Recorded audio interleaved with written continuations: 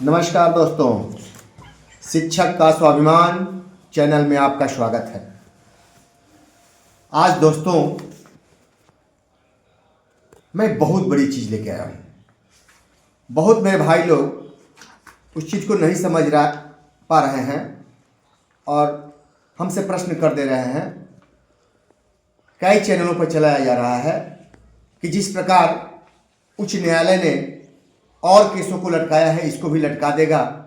इसमें प्रोन्नति का लाभ बहुत समय लगेगा मिलने में, लेकिन ऐसा नहीं है दोस्तों। और केसों से ये मेरा केस बिल्कुल अलग है, क्योंकि ये हमारे नई प्रोन्नति का आदेश नहीं दिया है दोस्तों। हम लोगों की प्रोन्नति हुई थी, जिला अपीली राज्य अपीली से हम लोग जीते हैं और तब हाई कोर्ट में हम गए हैं दोस्तों।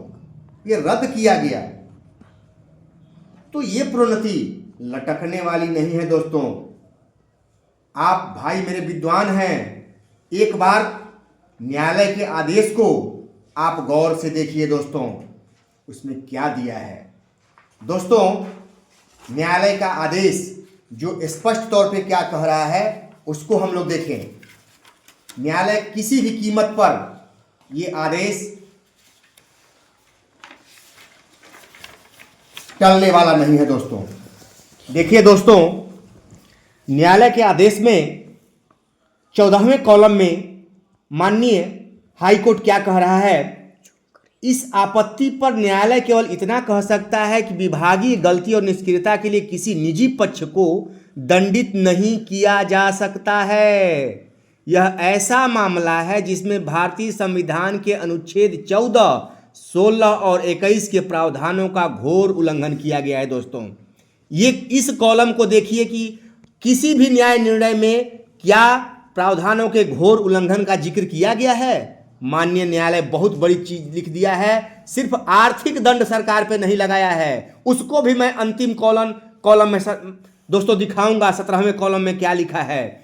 इसमें 15वें कॉलम में दोस्तों देखिए कि जो ऐसी परिस्थितियों को देखते हुए इस रीट याचिका का निपटारा करते हुए प्रतिवादियों को निर्देश दिया जाता है कि वे इस आदेश की तिथि से 1 महीने के भीतर संबंधित ब्लॉक के पंचायत शिक्षकों की प्रचलित आरक्षण नीति के साथ क्रमोन्नति सूची तैयार करें। तत्पश्चात रिक्त पदों की वरिष्ठता के आधार पर 50% पदोन्नति कोटा भरा जाएगा, जो उस तिथि से प्रभावी होगा जिस तिथि से याचिकाकर्ता और इसी प्रकार की नियुक्त अन्य अभ्यर्थी इसके हकदार हैं।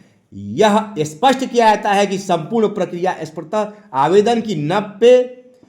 आवेदन की तिथि से 90 दिनों के भीतर पूरी कर ली जाएगी। देखिए दोस्तों, ये अंतिम कॉलम क्या देता है। उपयुक्त निर्देश के साथ वर्तमान याचिका हालांकि बिना किसी लागत के निपटाई जा सकती है।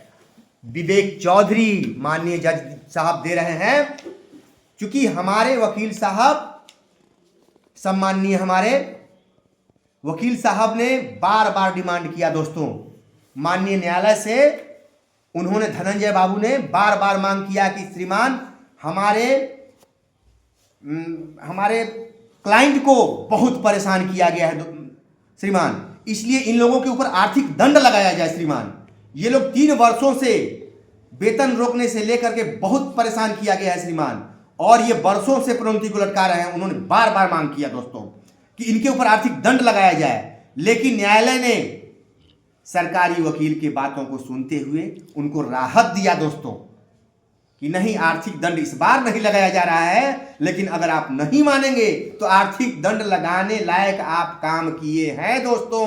14, 16 और 21 अनुच्छेद का अनुपालन आपने नहीं किया है, उसका गलत इस्तेमाल किया है आपने, उसका उल्लंघन किया है। दोस्तों एक बार विचार कीजिए, क्या ऐसा कठोर शब्द किसी प्रोन्नति के आदेश में न्यायालय ने दिया है दोस्तों। क्योंकि मेरा केस बिल्कुल अलग है, ये प्रोन्नति पाकर रद्द करने का मामला है, ये नई प्रोन्नति देने का नहीं है। ये इसी पर न्यायालय ने इस तरह का दिया। दोस्तों ये भी बताना चाह रहा हूं, न्यायालय में सरकार ने सफेद झूठ बोला था कि राज्य के किसी जिले या प्रखंड में कोई भी प्रोन्नति नहीं दिया गया है। ये दोस्तों सरकार के वकील ने कहा था। लेकिन मैंने उसको गलत साबित कर दिया। मैं कैमूर जिला के ही भगवानपुर प्रखंड का ले जाकर के लगा दिया कि यहां पर प्रोन्नति हुआ है, आर्थिक लाभ भी मिल रहा है, सारी चीजें मिल रही हैं। दोस्तों, माननीय जज महोदय ने इस पर जबरदस्त फटकार लगाई कि सरकार इतनी झूठ बोल रही है, हलफनामा दे रही है कि कहीं नहीं दिया गया है। दोस्तों, इतनी चीजें हुई हैं तब जाकर के ऐसा कठोर आदेश आया हुआ है। दोस्तों, ऐसे ही ये कठोर आदेश नहीं आया हुआ है और बहुत से मेरे भाई नहीं समझ पा रहे हैं तो इस चीज को समझ लें। हम लोगों को प्रोन्नति मिलेगा और 90 दिनों बाद इनको देना होगा, अन्यथा मैं चुप बैठने वाला नहीं हूं दोस्तों। मैं चुप बिल्कुल नहीं बैठूंगा। मैं आखिरी सांस तक लड़ूंगा दोस्तों, आखिरी सांस तक, और न्यायालय से न्याय लेकर रहूंगा। इसको लंबा नहीं खींचने दूंगा, ये मेरा आपसे वादा है। बस आपके आशीर्वाद और साथ का हम उम्मीद करते हैं। हमें आपसे पैसा नहीं चाहिए दोस्तों, नहीं। मैं आखिरी सांस तक जितनी क्षमता होगी वकील साहब का साथ होना चाहिए। धनंजय बाबू हमारा साथ दे रहे हैं और देंगे। मैं उनके बल पर लड़ता रहूंगा। बस आप लोगों का प्यार मुझे चाहिए दोस्तों, आप लोग मुझे अपना प्यार दीजिए। मैं आखिरी दम तक की लड़ाई लड़ता रहूंगा।